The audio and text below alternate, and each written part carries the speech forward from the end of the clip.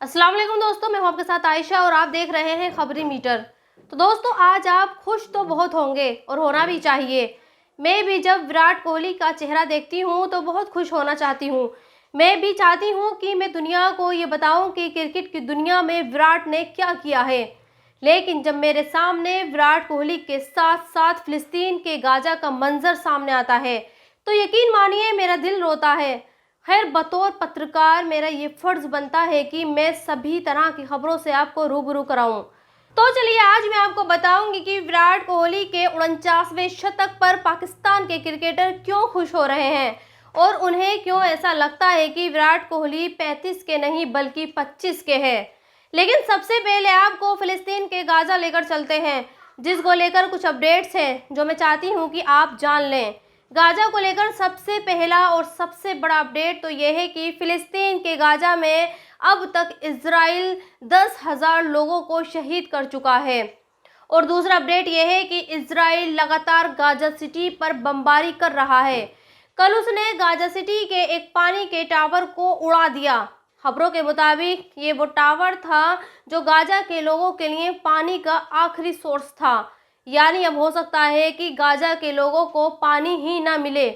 और तीसरी बड़ी अपडेट यह है कि जिस रिफ्यूजी कैंप पर इजराइल ने हमला किया था और जिसमें करीब 30 लोग मारे गए थे, वहां से अब भी लाशों का निकलना जारी है। इस बीच एक अपडेट यह है कि अमेरिका का विदेश मंत्री एंटनी ब्लिंकन लगातार मिडिल ईस्ट के देशों के चक्कर काट रहा है और आज तुर्की की राजधानी अंकारा पहुंच चुका है और वहां तुर्की के फाइनेंस मिनिस्टर से मिलने वाला है। कल ये फिलिस्तीन के वेस्ट में था और प्रधानमंत्री से मिल रहा था। मेरी समझ में ये नहीं आ रहा कि जिन देशों से ये मिल रहा है वो उसे धक्के देकर बाहर क्यों नहीं भगा रहे, जबकि वो ये जानते हैं कि आज अगर इजराइल 32 दिन बाद भी गाजा पर बमबारी कर रहा है तो उसके लिए जिम्मेदार अमेरिका ही है। उसी ने पहले दिन से दुनिया को ये मैसेज दिया कि इजराइल को डिफेंड करने का हक है और अब अमेरिका के ही नुमाइंदे मुस्लिम देशों के चक्कर लगा रहे हैं। खैर, इस बीच अमेरिका का पूर्व राष्ट्रपति बराक ओबामा का भी एक बयान आया है। इजराइल और हमास के बीच जारी इस युद्ध में कोई भी दूध का धुला नहीं है। दोनों के हाथ खून से रंगे हुए हैं और आज गाजा सिटी में जो हालात हैं उसके लिए जिम्मेदार जितना इजराइल है उतना ही हमास भी है। और इसका हल तभी निकल सकता है जब ये एक्सपेक्ट किया जाए कि हमास ने वहां निर्दोष नागरिकों को मारा है और अब इजराइल फिलिस्तीन की जगह हड़पने के लिए वहां गाजा के निर्दोष लोगों को मार रहा है। खैर, इस बीच आपको वॉशिंगटन डीसी से आई इन तस्वीरों को भी देखना चाहिए। खासतौर पर मैं उन लोगों से अपील करूंगी जिन्हें भारत में बैठकर ये लगता है कि इजराइल उनका जीजा है और वो जो कर रहे हैं सही कर रहे हैं। कल वॉशिंगटन डीसी में 10,000 से ज्यादा लोग सड़कों पर उतरे और उन्होंने अपने इस प्रोटेस्ट में दो ही बातें की। पहली बात तो ये कि हमास और इजराइल के बीच युद्ध पर अब विराम लगना चाहिए, यानी सीज फायर होना चाहिए। आप अगर इन लोगों के हाथों में पैम्पलेट्स देखेंगे तो आप जानेंगे कि ये लोग सीज फायर के समर्थन में सड़कों पर उतरे हैं। दूसरे, इन लोगों ने यह भी कहा है कि फिलिस्तीन को आज़ाद किया जाना चाहिए। आखिर कब तक फिलिस्तीन इस तरह के युद्ध में अपने लोगों की जान गंवाता रहेगा? उसे भी आज़ाद होने का हक है। उसके लोगों को भी दुनिया के दूसरे देशों की तरह खुलकर जीने का हक मिलना चाहिए। उसके लोगों को भी दुनिया के दूसरे देशों की तरह तरक्की करने का हक मिलना चाहिए। लेकिन अफसोस ये है कि इस तरह के प्रोटेस्ट को अपने देश की मीडिया गलत समझती है। उसे ये लगता है कि ये लोग हमास जैसे आतंकवादी का समर्थन करते हैं। ये एक गलत ट्रेंड है और इस तरह के प्रोटेस्ट करके दुनिया इजराइल को बदनाम कर रही है। आज शाम को जब आप टीवी देखेंगे तो आपको गोदी मीडिया के एंकर्स यही समझाएंगे कि वॉशिंगटन डीसी की सड़कों पर उतरी ये भीड़ एक टूल किट का हिस्सा है जिसे इजराइल के खिलाफ इस्तेमाल किया जा रहा है। वो आपको ये नहीं दिखाएंगे कि इजराइल ने गाजा में दो रिफ्यूजी कैंप को उड़ाया है।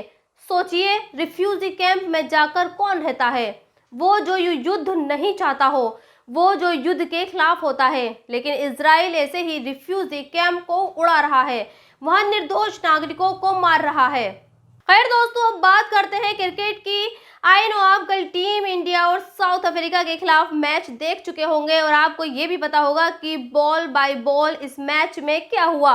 तो मैं आपको इस मैच का रिजल्ट नहीं बताने जा रही, बल्कि मैं आपको इस मैच के जरिए वो चीज़ बताना चाहती हूँ जो हमारे देश को पाकिस्तान से अलग करता है और हमें पाकिस्तान से वाकई इस मामले से सीख लेनी चाहिए।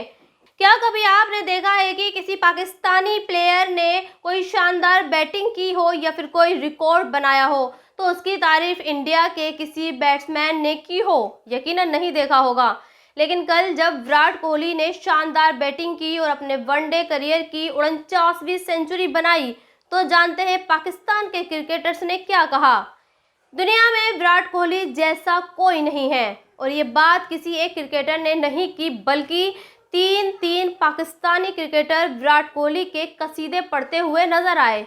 वसीम अकरम ने ये कहा कि विराट कोहली ने साबित कर दिया है कि मौजूदा क्रिकेट में उनसे बड़ा प्लेयर कोई नहीं है और वो इस वक्त क्रिकेट के टॉप पर हैं। शोएब मलिक ने तो ये कहा कि उनके पास विराट कोहली के लिए शब्द ही नहीं है, लेकिन फिर भी उन्होंने ये कहा कि जिस तरह से विराट के विकेट के बीच दौड़ते हैं ऐसा लगता है वो 35 के नहीं बल्कि 25 के हैं। और सबसे बड़ी बात कोहली की ये है कि उनके बल्ले से जितने भी शतक निकलते हैं वो टीम इंडिया की जीत की वजह बनते हैं।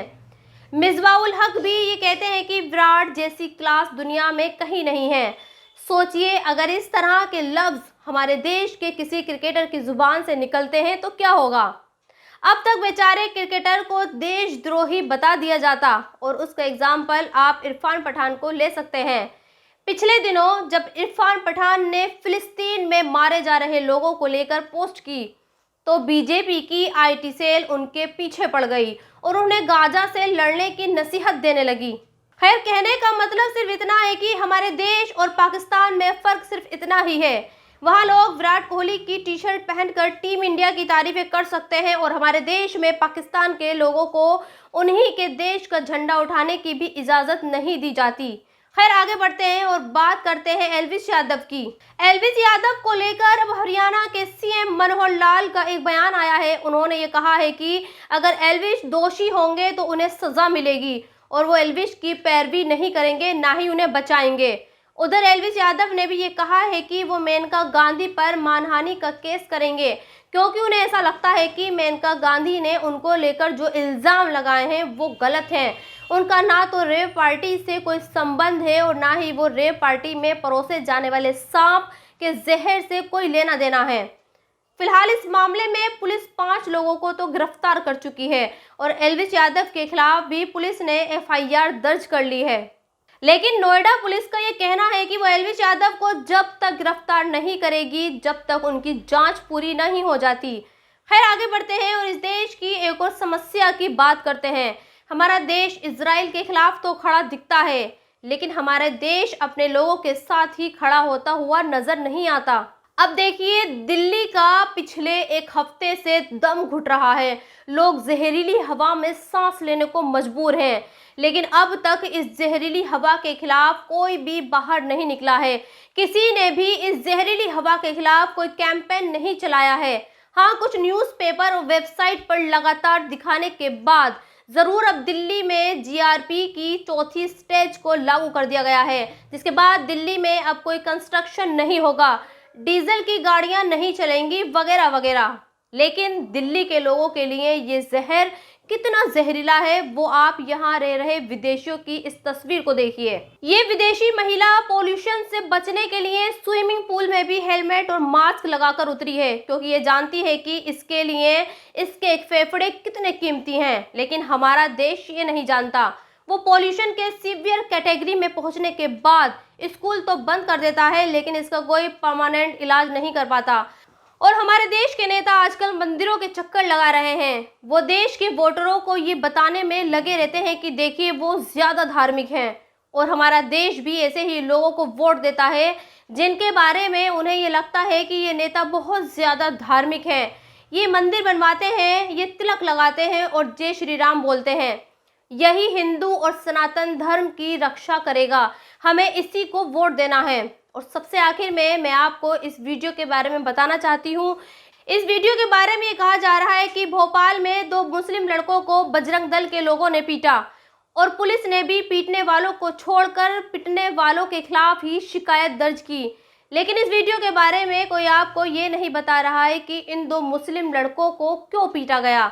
पुलिस ने ये साफ साफ कहा है कि ये दो लड़के किसी एक लड़की के साथ रात के 12 बजे घूम रहे थे। वो लड़की इन्हीं दो लड़कों में से किसी एक लड़के की गर्लफ्रेंड थी। सोचिए ये मुसलमानों का हाल है, जिन मुसलमानों को उनके सबसे प्यारे और आखिरी नबी ने ये हुक्म दिया है कि वो इशा की नमाज के बाद घर से बाहर ना निकलें, वो अपनी गर्लफ्रेंड के साथ घूम रहे हैं।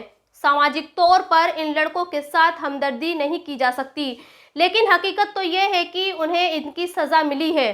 तो दोस्तों इस वीडियो में इतना ही। आप भी अपनी राय कमेंट्स बॉक्स में लिखकर मुझे ज़रूर बताएं, और अगर अब तक आपने मेरे चैनल को सब्सक्राइब नहीं किया है तो प्लीज़ सब्सक्राइब ज़रूर कर दें। शुक्रिया।